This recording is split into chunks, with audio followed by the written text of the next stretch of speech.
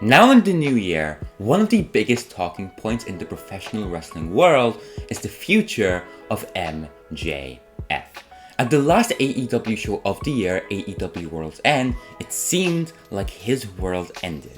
He lost the AEW World Championship to Samoa Joe, and his best friend Adam Cole turned on him alongside the Devil Stable consisting of Wardlow, The Kingdom, and Roderick Strong. And now the question remains, what is MJF's future like? What will the former AEW World Champion do? There's a lot of questions, and while it's safe to say that it will probably be in AEW, we will explore all options for what will be the craziest year of MJF's career. So let's address the elephant in the room before we get into storyline potential. Yes, there is the bidding war of 2024 that is reportedly due. There are heavy rumors that MJF already re-signed, but they did remove him from the roster page, and the WWE is always looming for Maxwell Jacob Friedman. So, will MJF go to the WWE? Will he start programs with the likes of CM Punk again? Will he start programs with the likes of Roman Reigns and Seth Rollins?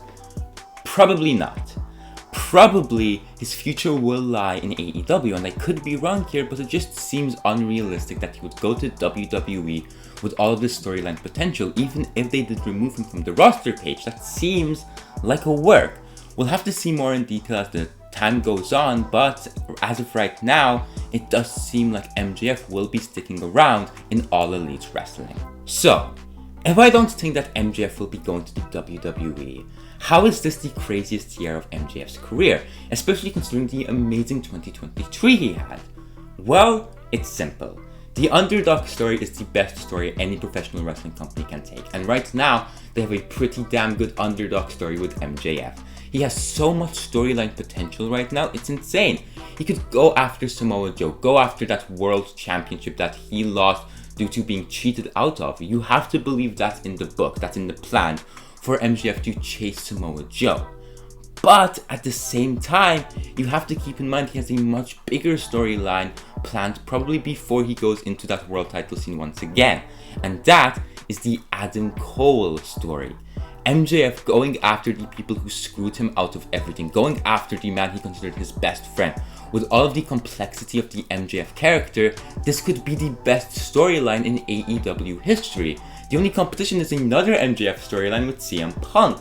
This is an amazing story to take, an amazing path to take for MJF, who was getting stale as the world champion. And now, he's the most exciting wrestler in the entire company. There are so many question marks around MJF. Will he stay? Will he go? What will he do if he stays? Will he go after the world champion?